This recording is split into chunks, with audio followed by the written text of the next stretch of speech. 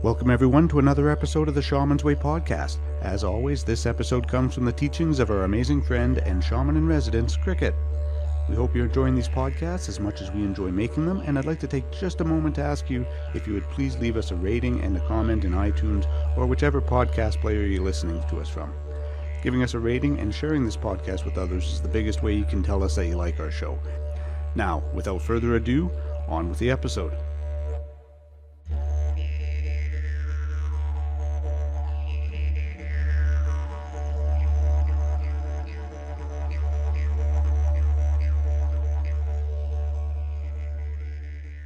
Well, hello, my constant listeners, and welcome back to Shaman's Way.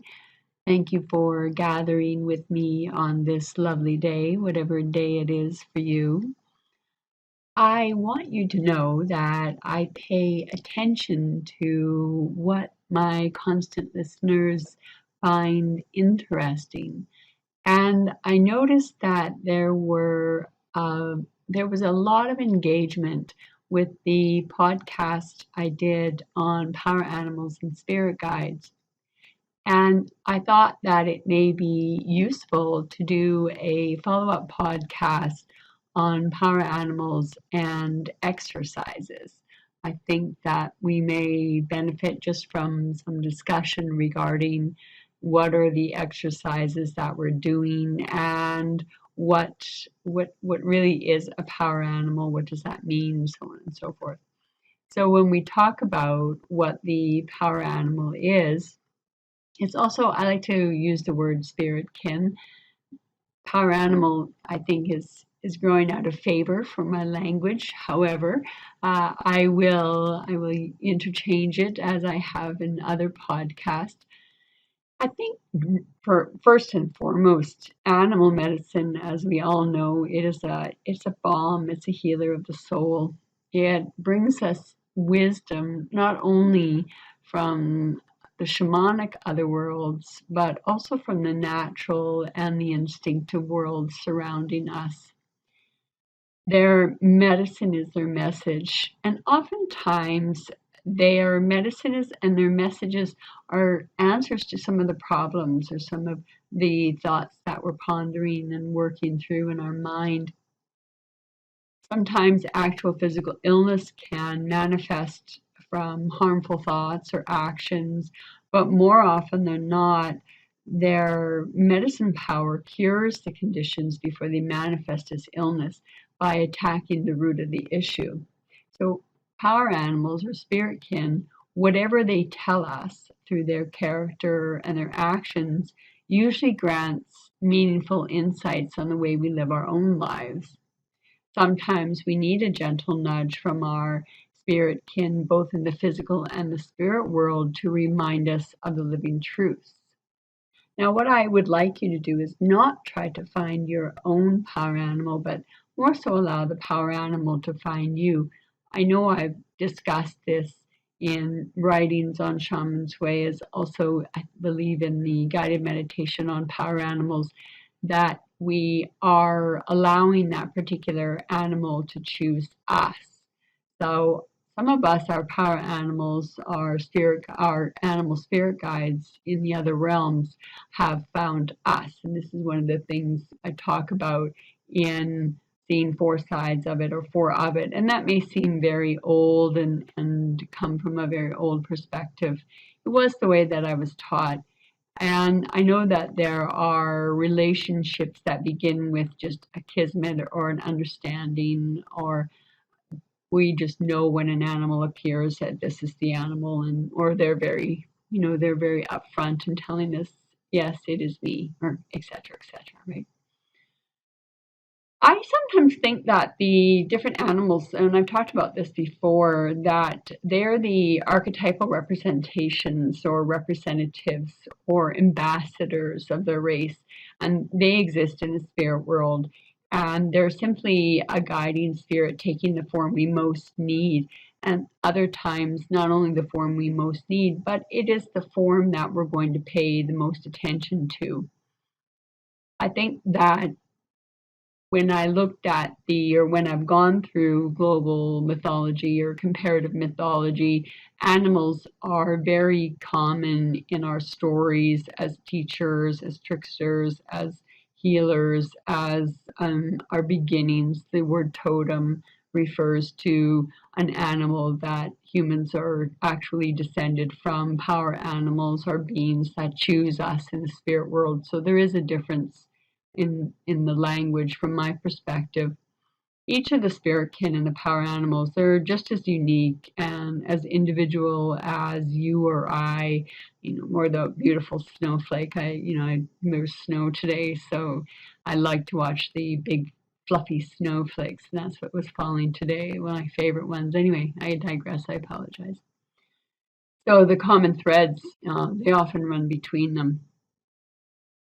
It appears that when I've done very different podcasts on different animals, there are thematic representations to those particular animals. The owl has this, the raven is that, the snake is this, and so these are some of the, I think, some of the aspects of that archetypal representation. The archetype has overreaching characteristics of X, Y, Z.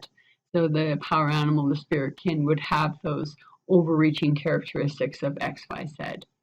I think that it is invaluable for us to recognize and pay attention to how our animals operate in the spirit world, as much as it is important for us to understand and acknowledge how our power animals work here in this world, and not to dismiss or diminish the animals that work with us.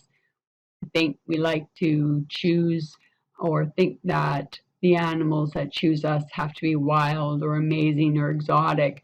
But there are also very many domestic animals that are domestic and wild that come into our lives. I've met people over the years who have their dogs that have died have come across as their power animals, or their cats. I've had a hamster that I had living in my house, one of the menagerie of animals I've had over the years, and came as a power animal for me and was very helpful in that. I've had a great love for skunks, not the smell, but I really love skunks. I think they're beautiful and they're wonderful creatures. And so I often have skunk that shows up for me and takes me to one of the most toxic places, the land of the dead. So there are different ways of interpreting how an animal works for you, is with you, and what does that physical representation remind you of? We all have many needs that arise, and so what does that power animal, what physical representations remind you of?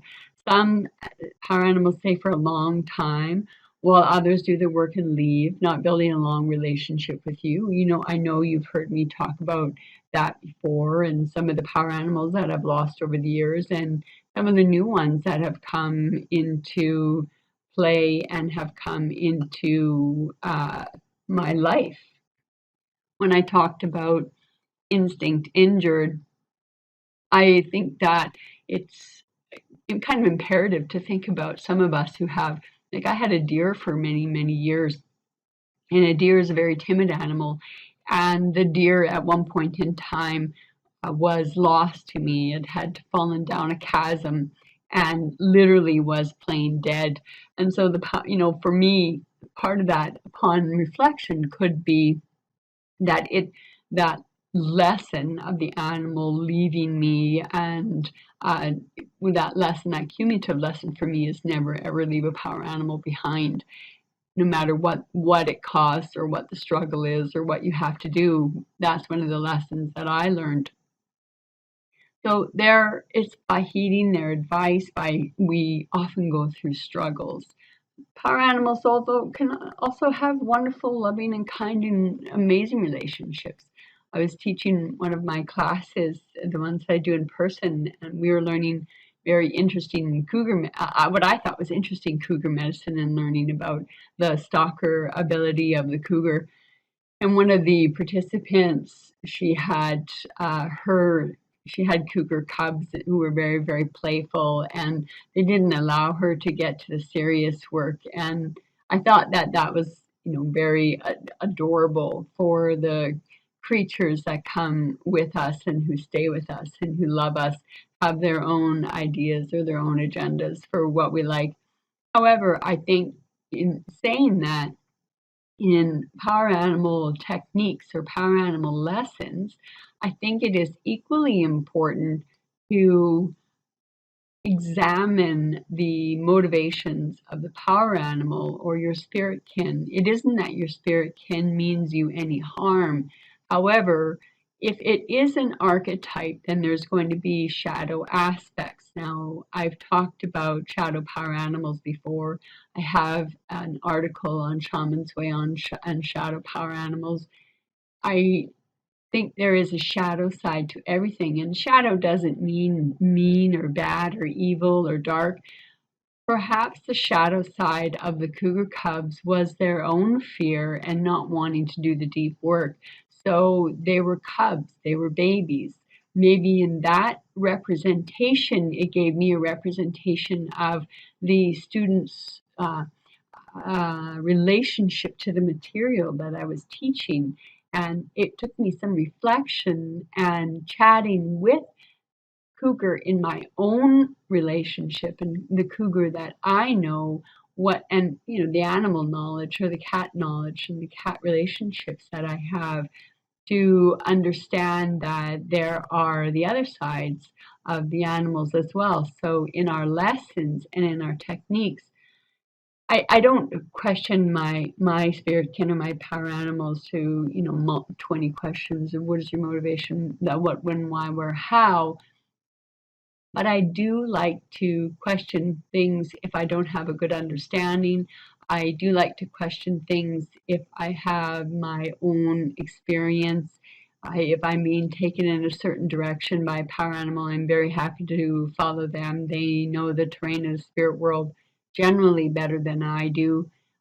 If the power animal disappears from me, I don't take that personally. There are many times when I'm journeying and I will have one of my spirit kin with me and moving along. But then when I move into another area or another part of the spirit world, those beings are not with me. And sometimes I'm joined by other beings or by other things. It depends on how the journey unfolds. But the spirit kin are they're very important things for me to understand and to accept and work with. So I did talk about my first power animal as being the deer, and I wasn't very crazy about it. But I began to learn from, I began to learn from the deer in both worlds. I started to reflect upon what I knew about the deer as a young child and growing up in rural part of the country, having lots of exposure to deer, not only when I was walking or on the tractor, but also when I was riding my horse. And so I understood an aspect of them from my own experiences. I'm not a hunter, and I know hunters would know probably a great deal more about their behavior than I would, but this is where I took my relationship from. And from there, in order to understand the spiritual or the esoteric relationship of the deer, I had to look to other sources. The deer was white, so I had to look at the Celtic source with respect to the hind, and the hind being a very intuitive spirit and very connected to the goddess and very gentle and very patient. And there were many aspects of her, the deer, that was very gentle. My intuition did increase when I was east on the medicine wheel, when she was teaching me the art of subtle observation. That was very, very, very useful for me, very useful and very, very helpful. Since then, she left, and there are other things that move on or moved into space. And I think that goes back to what I was saying earlier, that different power animals will come to you for a very specific time, for a period of your life. I've talked about moving in directions on the medicine wheel. So Is the animal that is working with you in a different area of the medicine wheel? Is the animal with you in the same area of the medicine wheel? When lion left, two hyenas took place, and so it's not lost upon me that both animals come from the same region. Both animals come from very similar environments. They're very similar animals, but they're incredibly different. So it is also that I have a reoccurring encounter with different animals. So in the practices of this, what animal do you associate with each of the directions? Have you done that journey? Have you done a journey to find out what is the spirit that you have associated with East, and what does that mean to you? That is one of the journeys that I would do, and I would do a journey to each of the directions. Much like I would encourage you in the chakra work to take one power animal from one chakra up to meet the next one, so on and so forth. I ask you or encourage you to bring all of the animals with you, whatever direction you start off, and however you go around the wheel, whether you start at north and go, Widdershins, so you go northwest, southeast, or however you want to do it is irrelevant to me. Just see if you can move the animals from one direction in order to meet each other. And think about the four aspects of your own self: your physical, your emotional, your mental, and your spiritual. Do those animals, do they take care of one or another aspect of that part of your health? Or is that an aspect of your relationship to them? Can you deepen your relationship with the directions based on your relationship, or your building relationship with some of the different animals in the world? And I mean literally in the world. We have very specific animals that work with us in this journey, that journey, this journey, but there are guardians for different things. I have guardians from the entrance of the lower world that take me down to the deeper levels or other levels of the lower world. They are not power animals, but they're certainly absolutely wonderful allies. And I have allies that help me move or move with me from one place to another place. Some of them help me move, some of them just move with me or take me and move me, I guess would be another way of saying it. I like that the animals that we work with have another relationship to not only the directions and not only to the aspects of our mental, emotional, physical, and spiritual health, but are the animals then also going to aid in detection of different relationships or ailments? If you're inclined to do healing work, do you have different animal spirits that will help you in different types of healing? For extraction work, I often will call upon the animals that have chosen to work with me that have the longest claws. Bear is a very good example. The larger and the older the bear, obviously, the longer the claws are. I also have a wolverine and badger. They have exceptional claws and dig very deep in the body. And yet I don't see these animals, bear excluded, but the wolverine and the badger I don't necessarily see in my journeys, but they're very powerful allies when I do my extraction healing. Owl is a very powerful ally for me to be able to fly into some of the darkest places and silently. One of the techniques that you could use is to bring birds to you. Birds are often considered to be the messengers between the worlds, which is why one of the many, many reasons that birds are included in some of our oldest myths, some of the myths of ourselves. And take time to feed the birds. The seed is often associated with the goddess, which is often associated with Gaia, which is then Mother Earth. So if we take seeds out and we leave proper seeds out for the birds or the winter birds, then we're connecting with the bird energy in general. So you're connecting, you're bringing, you're manifesting that abstract attachment, or what could be abstract. I'm not saying your relationship with your power animals, your spirit kin is abstract. However, when we are in the spirit world, it is one place.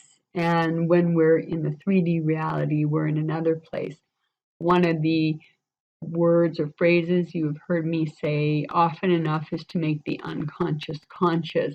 The other aspect is we have to engage the conscious mind in order to translate, integrate, and move changes that have occurred for us in the psyche, in the psychological, and in the in the spiritual aspect. So in taking these particular seeds, we're feeding that, we're bringing that relationship out. If you are a person who can go to a zoo, or if you have a good zoo, if you don't have negative relationships with zoos and you have a particular animal, which animal are you most attracted to when you go to the zoo? If you are able to go and spend a good deal of time, don't be intrusive, don't, be very casual, but sit for long periods of time or stand for periods of time and observe that animal in its habitat, even though it's an unnatural habitat. Observe that animal. What are the behaviors? Can you tell what they're saying simply by tuning into their vocalizations? Simply by moving yourself from this place to that space, or from this consciousness to that consciousness. If you are able to go to a shelter, there are some very beautiful and very specific things that we can do to help with shelters and animals that are in shelters. And I will ask that you, first of all, gain permission from the shelter before you do this. But this comes back to the statement or my thought of engaging the real world animal into our spirit life and remembering that we live on this earth. So when we visit an animal in the zoo, they are often neurotic. And one of the things I've done, especially for the caracals, I really quite love caracals. I think they're beautiful cats.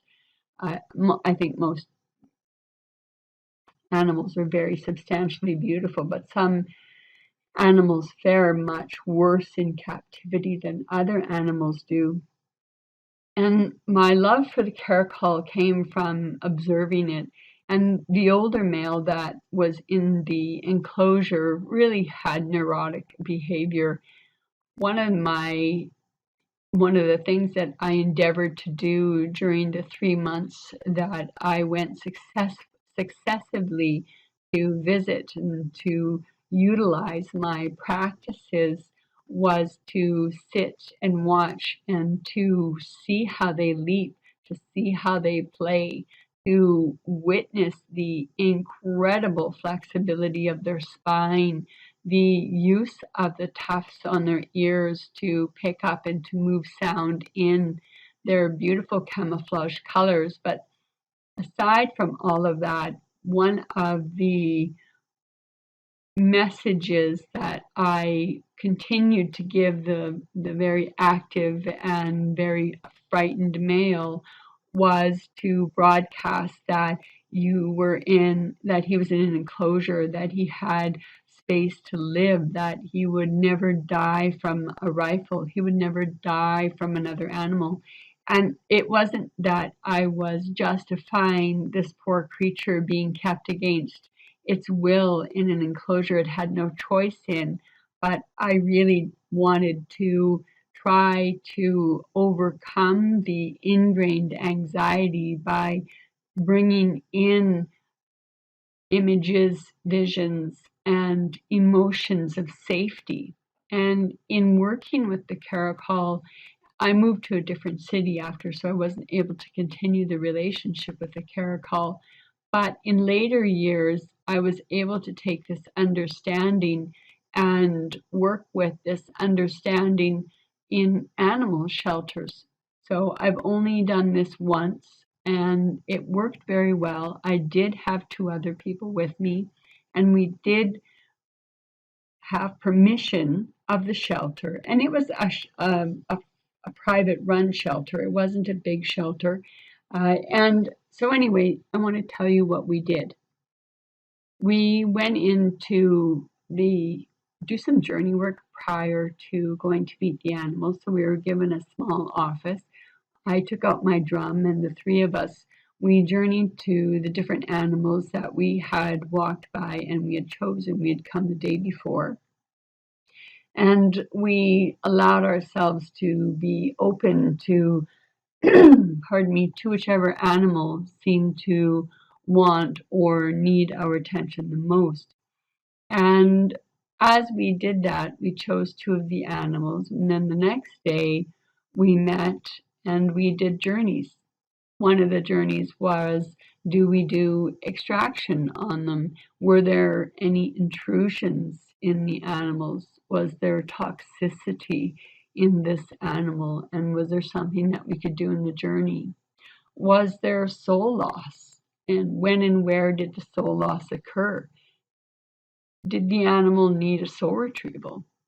Were they unwanted or abused? Were there things that we could do in the journey in order to make their soul pieces return and give them some of the peace and sense of security and return of innocence? Really, the return of innocence. Some of those animals had long since lost their innocence, and I think one of the greatest gifts of domesticated and unconditionally loving creatures is their innocence.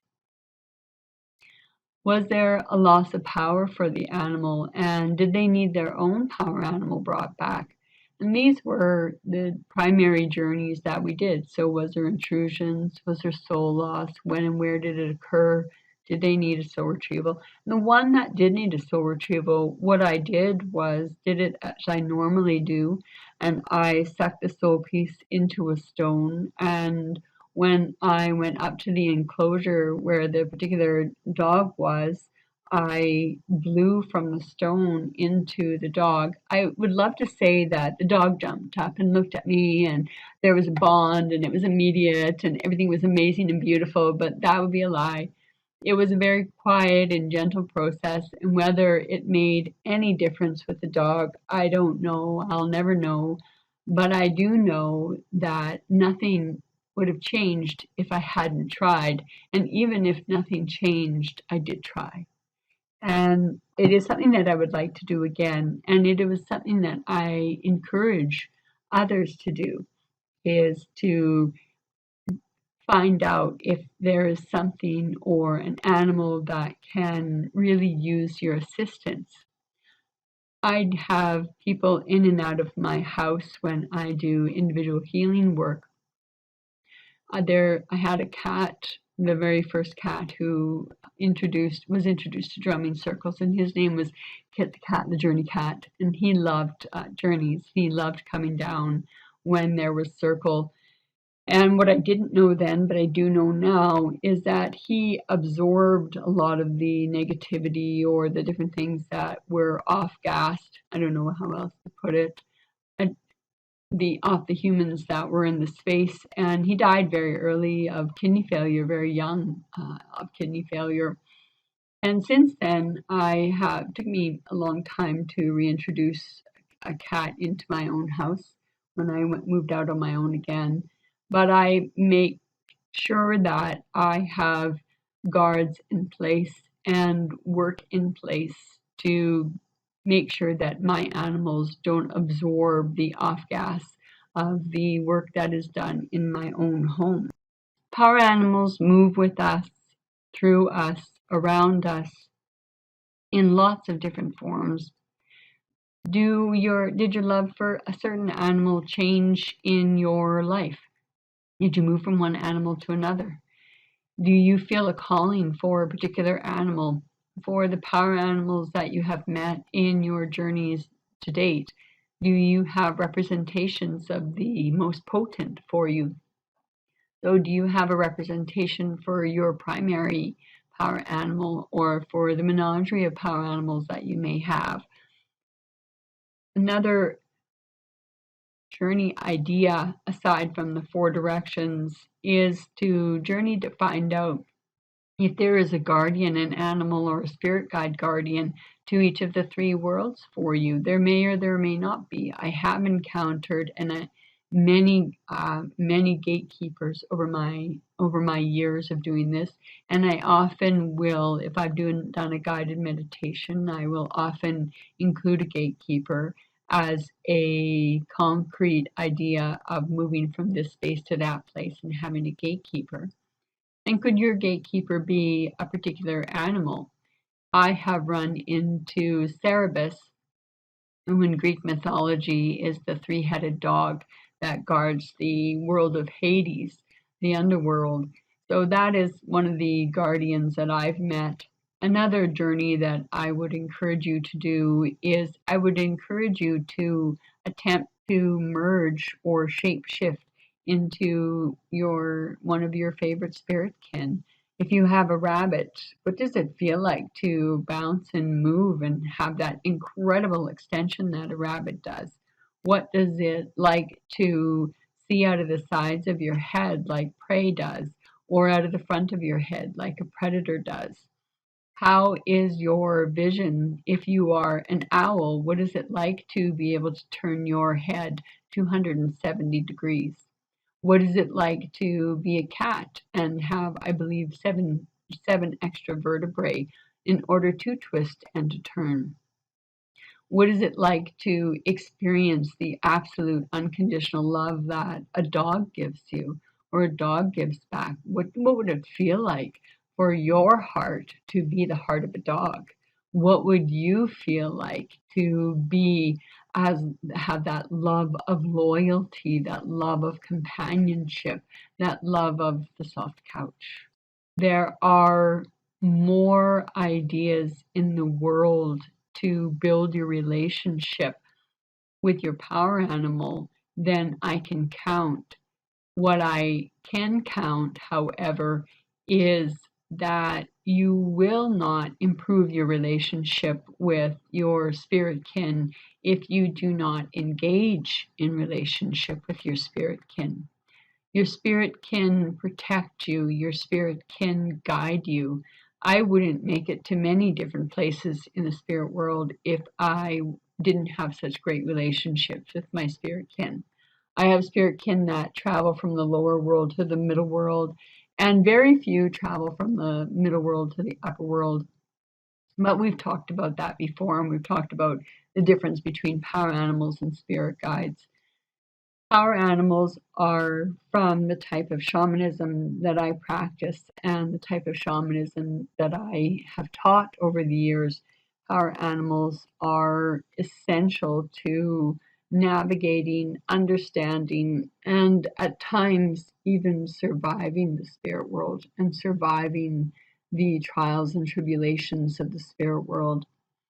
I've gained great comfort over the years. If you have a wounded heart or if you have a wounded body, are there power animals that are specifically for finding medicine? Otter is one of the creatures that helps me to find very specific medicine. And to name an example with otter, I think 2 or 3 weeks ago, I was doing a journey for a lady who was having some issues. It doesn't matter what the issues were, but came back. Otter gave me three very specific herbs. One herb I'd never even heard of. At least I don't remember consciously ever hearing about it. And I told this woman this is what Otter recommended that she take. And then I think it was maybe 5 days later, my curiosity hit me in the middle of the workday, and so I hopped up onto, the machine of searches and searched the name of the particular herb, and sure enough, it actually did exist. And everything that it was listed for with respect to medicinal purposes fit this woman's profile to a T. Do I ever doubt? Absolutely, because I'm human. Have I been given cause to doubt? Very, very rarely.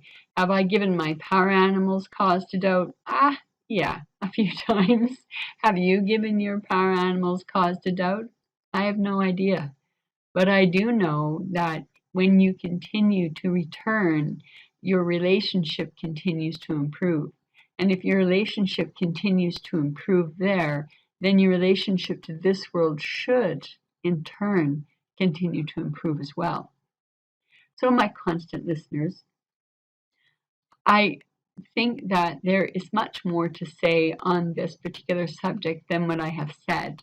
However, I will allow this to percolate in my own mind and listen to this again and stay tuned, for I am certain that I will come up with another podcast specifically dedicated to very specific work with power animals. And if you are able to enter into your shelter, I would suggest that you take a minimum of 2 days to do this. And on the first day, enter into the shelter and just get a feel for what the energy is like, and sit in a quiet place or walk around with the intention of sending love and light and peace and harmony to the animals there. But really, you're working from the heart chakra. You're working from the third eye because you're beaming.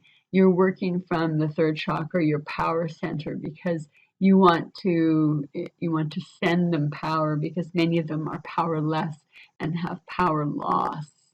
So you want to move yourself in that direction. If you want to adopt every animal, I think you can do whatever you like. I would strongly recommend perhaps that you go home and you rest on it before you make any beautiful decisions. So go in the first day, take some time to connect with one or two, I would recommend two, animals, and sit with it for a long period of time. Pay attention to what you're drawn to. Are you drawn to aggressive animals? Are you drawn to work in a wildlife center, in a wildlife rehabilitation? Do you have a local pound you could visit? Do you have a local SPCA that you could visit? Do you have these sorts of things that you could visit? Do you have an animal in this experience that you can choose to spend time with? And just connect with that animal very silently. If you have permission from the staff to bring in your drum, bring in your drum and lightly drum. If your animal reacts in a negative way or is frightened, draw back from that, draw off from that. And then on the second day, come in, do the journey work, continue with the journey work, and move even closer to the animal. And then see if you can determine that if other animals are jealous of your energy, or have you affected a change in the enclosure. Say you have 3 non-aggressive dogs in one enclosure and one is a bully. Can you change that bully's behavior just through love? Not consciously, not trying to force your will upon anything, but maybe just calming the energy in that enclosure. There are so many ways of doing this. And if you did do an extraction in the spirit world during your journey, can sitting in front of that animal envision or bring that animal onto your lap if you can't physically do it or whatever the case is.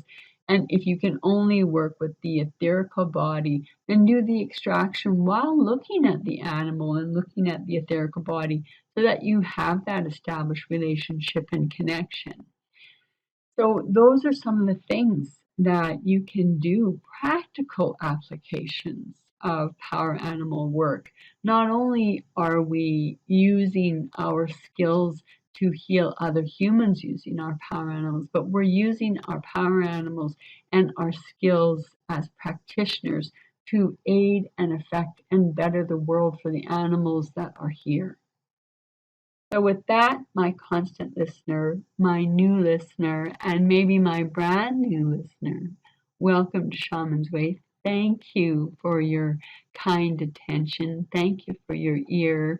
Thank you for listening. And I encourage you to send me your thoughts, your ideas, and we will meet around the microphone again. Until then, I wish you just a most pleasant rest of your day, evening, dreams, wherever you go. I'll talk to you later. Bye. Thank you again for joining us here on the Shaman's Way podcast. If you have any questions, would like to make a request for a future episode, or if you're looking for other shamanic resources, including free drumming tracks, please visit us at shamansway.net. Until the next episode, be well, everyone.